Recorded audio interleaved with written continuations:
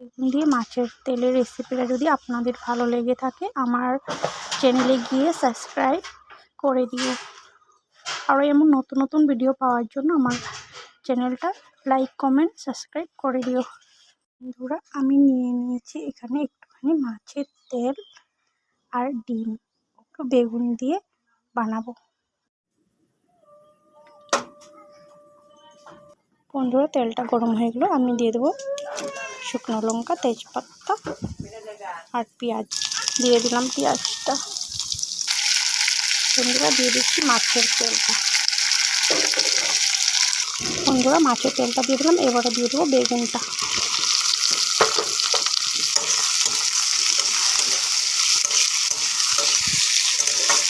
ভালো করে মিক্স করে নেব। মাছের তেলে দেওয়ার জন্য মশলাগুলো নিয়ে নিলাম। এখানে আছে আদা রসুন বাটা, শুকনো লঙ্কা বাটা আর জিরে গুঁড়ো, একটুখানি হলুদ। বেগুনটা ভাজা হয়ে গেলো, আমি এবার মশলাগুলো দিয়ে দিচ্ছি।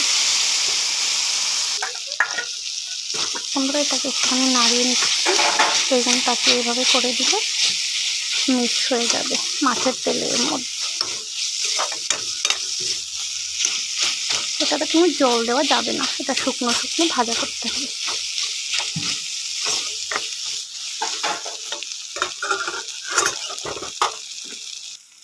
বন্ধুরা, ভালো করে মিশিয়ে নিচ্ছি বেগুন মশলাগুলো, মাছের তেলটা একসাথে মিশিয়ে নিয়েছি।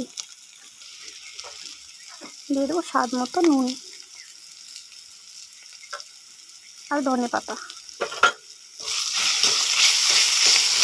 একটুখানি এভাবে মিশিয়ে নিলে গলে যাবে ভালো করে।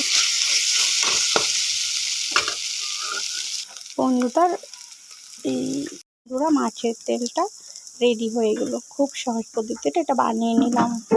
বন্ধুরা, এই রেসিপিটা যদি আপনাদের ভালো লেগে থাকে আমার চ্যানেলে সাবস্ক্রাইব করে দিও। আরও নতুন নতুন ভিডিও পাওয়ার জন্য লাইক কমেন্ট শেয়ার সাবস্ক্রাইব করে দিও। বন্ধুরা, দেখার জন্য অনেক অনেক ধন্যবাদ।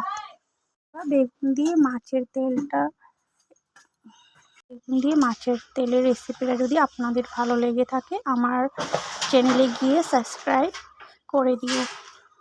আরও এমন নতুন নতুন ভিডিও পাওয়ার জন্য আমার চ্যানেলটা লাইক কমেন্ট সাবস্ক্রাইব করে দিও।